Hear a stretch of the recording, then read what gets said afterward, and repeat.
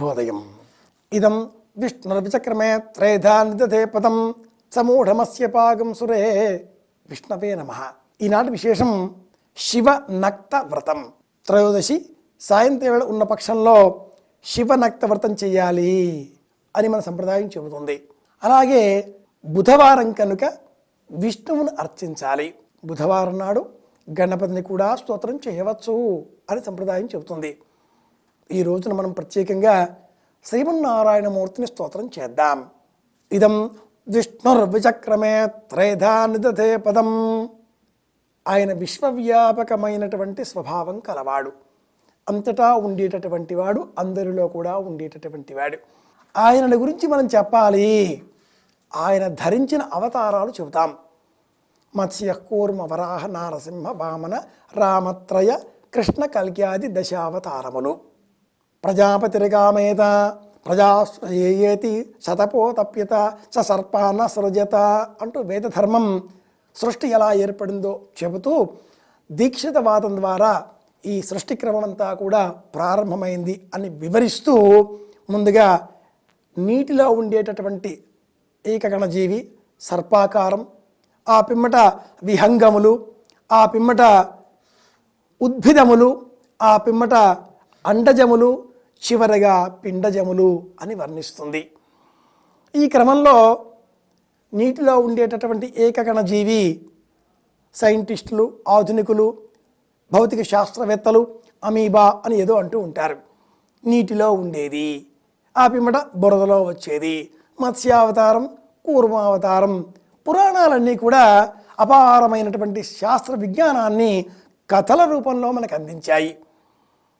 అలా క్రమంగా వామన నారసింహాది అవతారాలన్నీ కూడా. ఇందులో రామచంద్రమూర్తి పరిపూర్ణ అవతారం.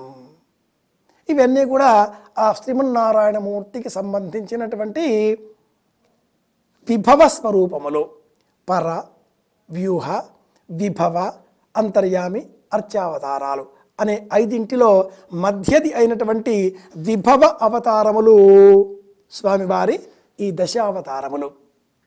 ఇందులో కుల, మత, వర్ణ, వర్గ ప్రసక్తి లేదండి.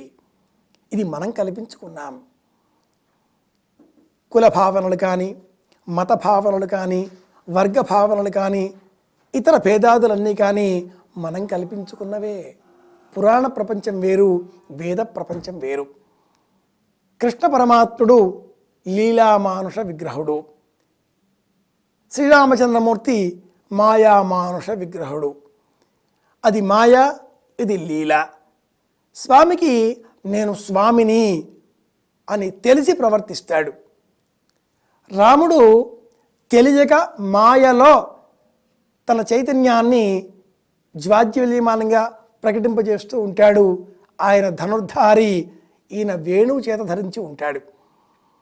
గమనించినట్లయితే అంతా విష్ణుతత్వమే, అంతా చైతన్యమే, అంతా ఒకటే అనేటటువంటి భావన మనలో నిబిడీకృతం కావడం కోసమనే పురాణాలన్నీ కూడా ఇలాంటి కథలను మనకు అందించాయి.